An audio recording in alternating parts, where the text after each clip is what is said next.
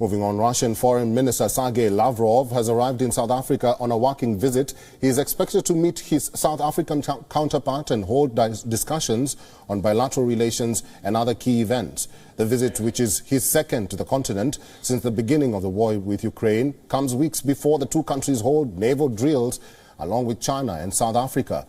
The talks between Lavrov and his counterpart Naledi Pandor will take place in Pretoria. The two ministers reportedly will discuss preparations for the second Russian-African summit that is scheduled to be held in July in the Russian city of St. Petersburg. The naval drills will be held in the Indian Ocean along the coast of South Africa in February. These drills depict growing influence of the two countries on Africa's most developed nation and its refusal to side with the West. Moscow and Pretoria are also in talks to expand trade relations using their national currencies amid Western sanctions.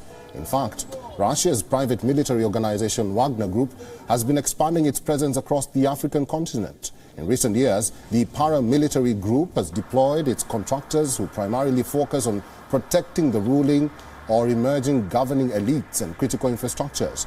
Lavrov and Pandor last met on the sidelines of the 77th session of the United Nations General Assembly. They reaffirmed mutual interest in deepening political dialogue and further development of relations of strategic partnership.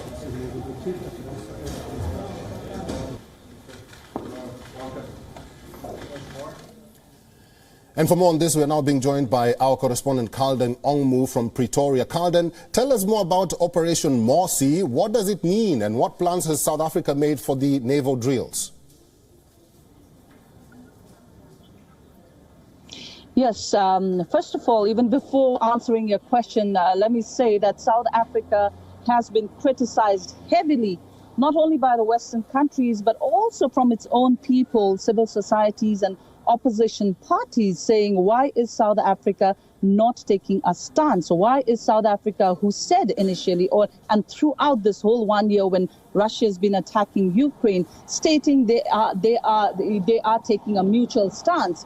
But with this Operation Morsi, which SANDF, that's the South African National Defense Force, releasing a statement last week, confirmed that Russia, China and South Africa will be doing a joint military drill in KwaZulu-Natal from February 17th until February 27th. That's 10 days. They're saying by doing this, South Africa is only harming its reputation with the Western countries, because the Western countries now, taking a total stance on Russia, isolating them. But South Africa saying, no, currently we are not doing that. We have asked Russia to take a, decision, but it has to be a mutual talk between Russia and Ukraine. But we cannot condemn Russia for what it has been done. Now, going back to your question on Operation Morsi, it is SANDF has said 350 Navy Army personnel from South Africa, plus they haven't mentioned the numbers of how many will be coming from China and Russia.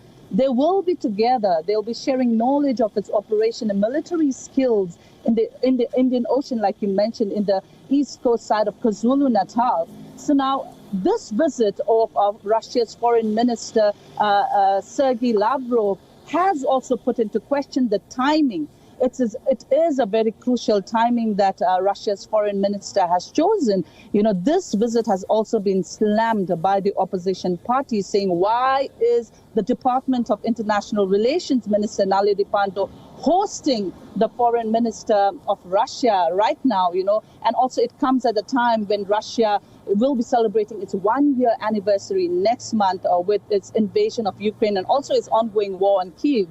This is the place, OR Tambo building in Pretoria. The meeting is set to take place from 10 a.m. starting. And like you mentioned, there was a few protesters here in the morning as well, who was condemning South Africa's actions, saying South Africa is ignoring the advice from the Western countries. South Africa is not listening to the Western countries as well as the United States. Now, remember last year when there was a voting in the United Nations against Russia's invasion of Ukraine, South Africa remained absent. It was one of the many countries of Africa that said we are going to remain absent. We are not going to take a stance on it right away. But after that, you've seen, like you mentioned yourself, there is an Africa-Russia summit that's going to take place in July. And then South Africa is the host for BRICS Summit this year. And we are told that the president of Russia, Vladimir Putin, has already been invited for it. So a lot of drama and chaos that is we are expecting, and not only from the Western countries that have already slammed South Africa, but also the opposition party and the civil organizations. All right, that is our correspondent Kalden Ongmu live from Pretoria. Kalden, thank you. WION is now available in your country. Download the app now and get all the news on the move.